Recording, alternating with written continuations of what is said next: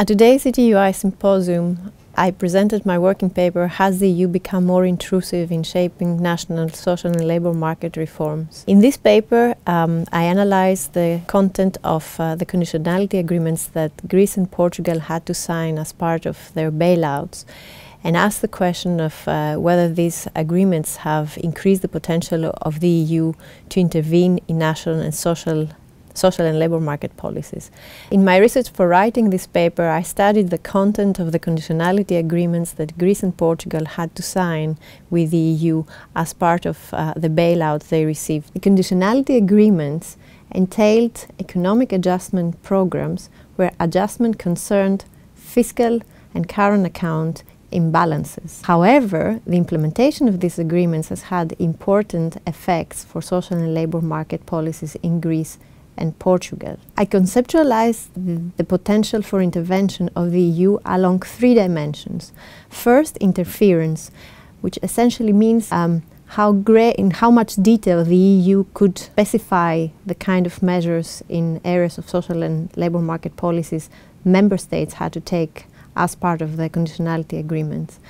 Surveillance, which concerns the means that the EU has in order to monitor ex ante and ex post the measures that member states have to take, and enforcement, which has to do with the correction means that the EU had against member states that did not implement or deviated from the agreed policy measures.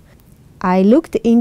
focused into five policy areas, namely pensions, unemployment benefits, active labour market policies, employment protection legislation, and collective wage bargaining and minimum wages. And what I found was that the potential for intervention of the EU was so great that we can speak of intrusiveness in setting national, social and labour market policies in Greece and Portugal. Interference was unprecedentedly high, to the extent that measures were specified in great detail with very detailed timelines of what different ministries had to undertake, what measures they had to undertake over the duration of the programs. In several cases, the changes that were proposed were quite large compared to the status quo that we had in these policies in Greece and Portugal. Surveillance was also unprecedentedly high, as the EU part of the Troika itself, had to agree all the measures that would have to be implemented in great detail, and then had to also monitor whether what had been promised had actually been implemented too.